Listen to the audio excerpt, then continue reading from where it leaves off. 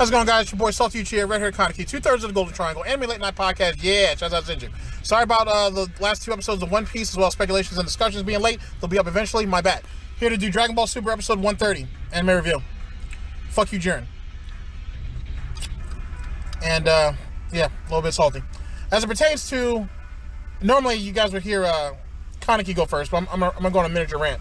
So, what was the point of arguably probably one of the most honorable villains / anti-heroes that we've had in a while going bitch and then trying to destroy Universe 7? And I say Universe 7 because obviously the angels and possibly the gods of destruction wouldn't have been hurt by that shit. So what was the point of that? Where did that actually get us? How does that yet again develop Jiren's character or even redeem him in any type of way, shape, or form? And I don't know if you guys agree with it or not, but essentially his hidden power is Ultra Instinct. That's what it looks like to me. I don't see anything other really else than that.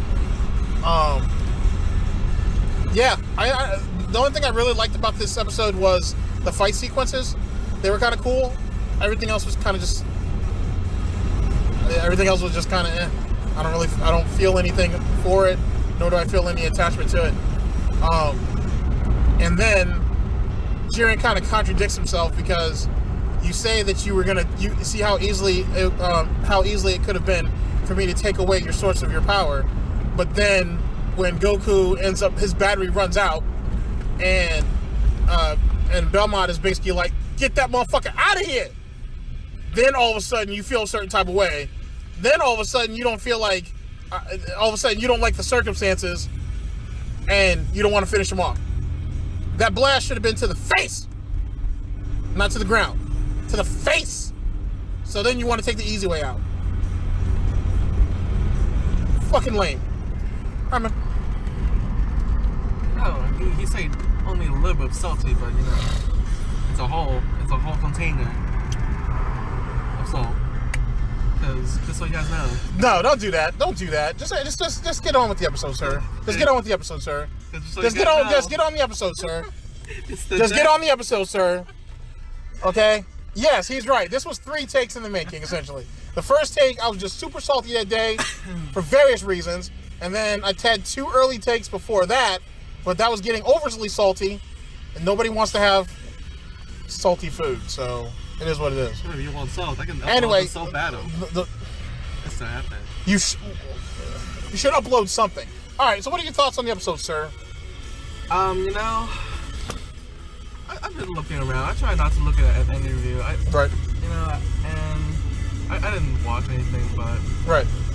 From what I can gather, people are loving the fuck out of this episode for some reason. Yeah. I don't know. Like, to the point of saying this episode is fucking goat. Like, really? Is that really how you feel? Wow. Or is that the fanboy in you just coming out and just kind of overshadowing everything else? Because when I watch this episode, it just makes me feel dead inside even more. Yeah. Even more than that. I'm already is.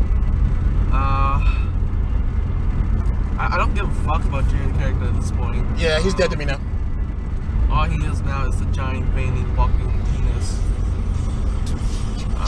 Goku, I don't give a fuck about Ultra Instinct anymore, really. At this point, it feels like they're just setting him up for another thing. Another form, yeah. Or another... Because that's how it felt the whole episode. Like, really? Like, Jiren just kind of take on Ultra Instinct like this? Kind of like... I don't know. At this point, it felt like Super Saiyan God. The whole Jiren, you know, story about Jiren and like his feelings. I don't give a fuck about his feelings. I don't feel any sympathy for Jiren's. And the whole, you know, like him contradicting his idealism. If you're gonna make him a cliche character, like, then do it all the way. Just, yeah. Don't make him bitch out like at the end of the fight like that. Exactly. That on some fairy tale bullshit. Exactly. And you know how I feel about fairy tale. Yes, we do. So I don't know, like really, this episode you know, I know people are saying like it's fucking 10 out of 10. Like, I feel like it's not even like originally I was gonna give it 3, but like looking back now, like, yeah, I can't. Does it even deserve a 3? Like, I don't think so. I thought, like I said, well, it might deserve a 3 just for the fight. For the fights, yeah. Everything else was just garbage to me. Like, at most I give it a 1. To be honest, I don't give a shit about this episode. To be honest, not at all. And which leads to probably even more disappointment next episode. But we'll talk about that in just a second. Yeah, and like this is supposed to be the last 2 episodes of the series, and then we get the movie out in December. Yeah. And then we get and then I don't know if it's officially affirmed yet. I'm not sure if you guys are following certain people on Twitter. Herms, Geekdom 101, Anime Live Reaction. There's a couple other really good people out there to check out on Twitter too. They have really good information. It sounds like we're gonna get the series back in like 2019. So probably end of 2019 if I had to guess. Shit, bro. Like fuck Dragon Ball. Just give me Yu Yu Hakusho. To be honest, I don't give a fuck. I would like a remake of Yu Yu Hakusho, to be honest with you. All right, so you guys kind of know what the routine is. So quick skim of the actual chapter or the episode. Sorry. So basically. Jiren's on the ground. Ultra Instinct Goku is standing above him. It says the real fight begins. Like I said, the fight sequences are dope. You finally get to see what Goku looks like and what he can do now that he has a completed form of Ultra Instinct. And it was looking good. It was looking like I said, the sequences were looking real clean, to be honest with you. Jiren was getting pushed to the brink for a little while, but he was still fighting back, and he was looking alright, kinda. And Goku was just overshadowing his ass. Then Jiren gets boxed into a motherfucking corner, and then I guess he had I don't know. I guess he had some type of childhood trauma and shit that unlocks his secret hidden ability that no one knew about. His hidden potential, and now that's Ultra Instinct basically, which is really all that is. It's Ultra Instinct. It's his variation of Ultra Instinct. It's like the aura of Ultra Instinct, basically. Yeah, it's Ultra Instinct. So then it starts to look a little bit more even. And yet Jiren is still kind of catching the worst of it for the most part. And now then you see Goku starting to take up some of Jiren's techniques where he throws the punch and shit, and then you just see the multiple hits on Jiren. Jiren took a whole shitload of damage and whatnot. And then he ends up getting backed into a corner. Goku goes into this spiel about, you know, my friends are my source of power and my energy, and then we get a pretty decent bit of exposition from Piccolo, the true father of Gohan. And you know, it basically tells the story, essentially. Because I really like how Belmont and the rest of these motherfuckers were listening to it like, Jiren, finish him, man! Finish him! And what ends up coming about is, essentially, Jiren gets butthurt, and as Kaneki said earlier, I don't want to accept your reality. I don't want to accept what is your source of power. That shit is meaningless to me, useless to me. And then decides to destroy the platform with Universe 7 on it. Now, obviously, Goku goes ahead and stops that shit, but there's still a crater in that bitch for whatever reason. But I think it's the rock that's floating away. Okay, touche. So Goku essentially gets butthurt. Jiren's like, see how easy it is? See how easy it could have been for me to take that away from you. And then Goku goes into the spiel where he's like, what do you say? Like, I can't forgive you, or some type of dumb shit that we usually hear. And then all of a sudden, Goku starts pushing the fucking limits of Ultra Instinct into damn near something else. You know what I mean?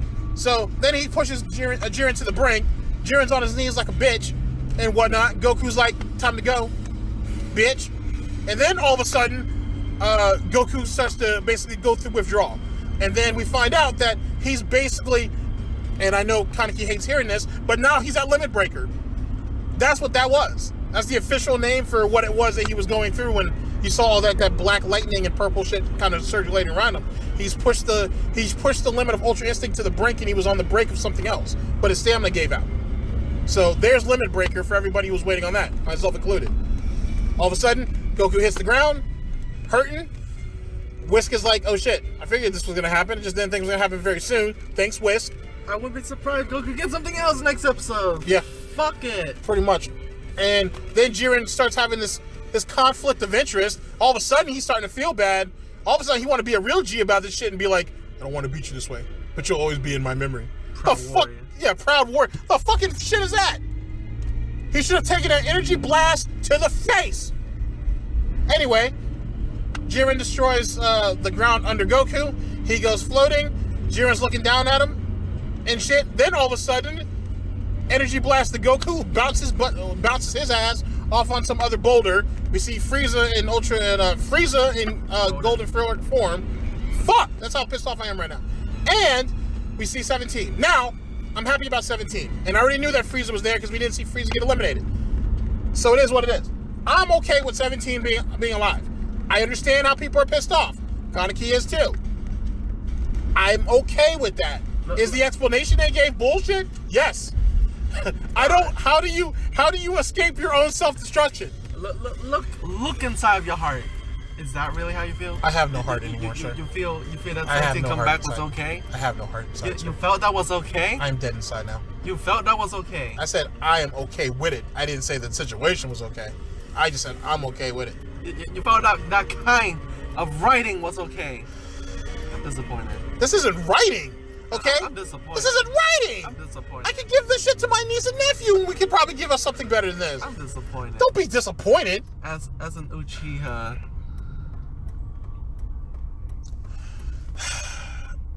And Goku's on some rock, rendered basically immovable right now. He's basically curled up like a ball. And we see that 17 and Frieza basically step in to continue the fight. They power up. Jiren's like, the hell? Belmont is looking at the situation and being like, oh shit. And there's probably a minute, maybe 45 seconds left on the clock, if that. So theoretically, most people would say if they could just hold out for the last couple of seconds, which is all that's really left, the Universe 7 should win by sheer numbers alone. I said it was okay. I said I'm okay with 17 being back. I'm not. I understand that. I am okay with that, but I am okay with that right now, man. It wasn't a good episode, man. It wasn't. Like, there's so many things wrong with it. Like, and then this leads into what I'm gonna say that's all for speculations and discussions. Is there anything else you'd like to add, man? Any quick quotes? Before we go, sure. I'm pretty sure you missed something in the middle of, the whole Piccolo dialogue, and then we got Master Roshi and Krillin, Oh, we got the flashback. Oh, yeah, well, you do the flashback part, man. They're just basically talking. They're basically dick sucking the fuck out of Goku. That's why I want you to do the flashbacks. Yeah, and then we see Vegeta coming in there as well, sucking that dick. He kind of did that like that pose like that meme where like dude was like, yeah, and he was like, do it, Kakarot, do it for me. Yeah, you died. I forgot about that. Yeah, I was hoping you were gonna forget about that shit. Yeah. That right there is what I'm disappointed about, sir. Yeah, that's what it was. What it was? Anything else? No. The real salt is yet to come. All right, and on a good note. All right, so ended on a good note. As you guys may or may not know, if you guys are playing Dragon Ball FighterZ, you should be. It's excellent. The trailers for Broly as well as Bardock have both come out. I will have those literally right after this, so you get to see both. Really dope. So waiting to renew my subscription. And yeah, once I get Kaneki's subscription, you'll see some salty battles between us. Should be great. I don't think we're gonna see Senju by the end of the series, or at least the end of 131. So hopefully, we'll catch up to him later on down the line and whatnot. So, shouts out to Senju. Hopefully, he'll be back soon. Ladies and gentlemen.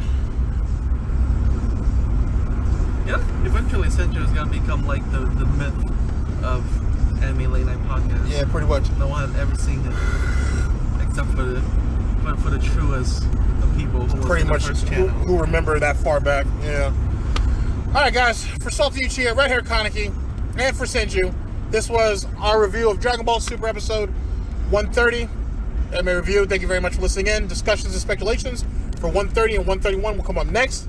By the time you guys hear this, all 4 episodes of One Piece should be up before this. My apologies on that. Just a lot of shit going on and just really haven't felt like really getting in and doing anything about that. But my bad. But it will be up.